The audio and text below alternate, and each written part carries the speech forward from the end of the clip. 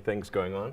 Yeah. So, I mean, one of the trickiest things about a car is that there's thousands of individual components, there are thousands of unique components, and even if one of those things is missing, you can't make cars. Yes. So, I mean, today's fiasco was, I kid you not, we were missing $3 USB cable. Okay, so we could not complete cars because... So the whole line was stopped. Yeah, So essentially because it's part of the wiring harness, so you can't put the interior in without this cable.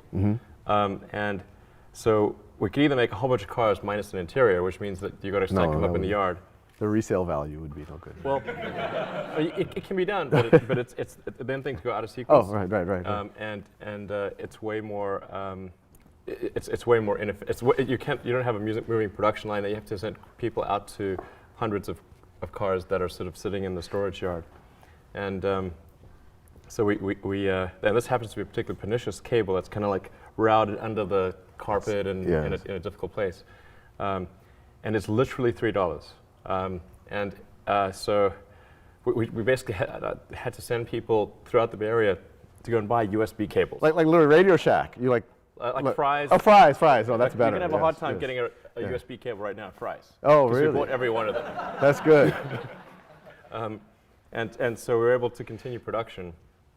And I don't want to belabor the anecdote, but essentially the supplier is in China, and we had Plan A and Plan B. And Plan A was like the normal supply chain process, and but what the supplier did was, instead of sending our parts in their own package, they grouped it together with a bunch of other stuff for other companies and sent that all via some extremely slow boat from China to LA.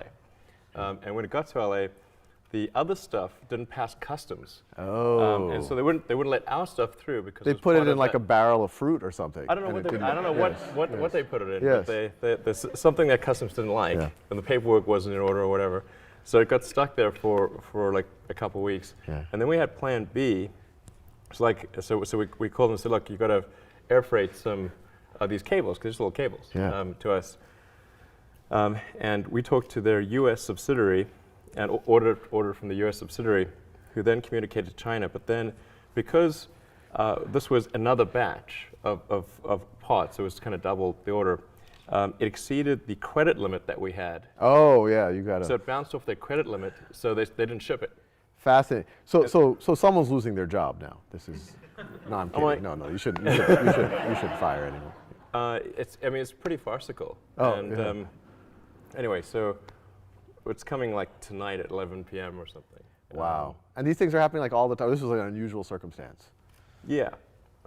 That's like one example, but there's many things like that. So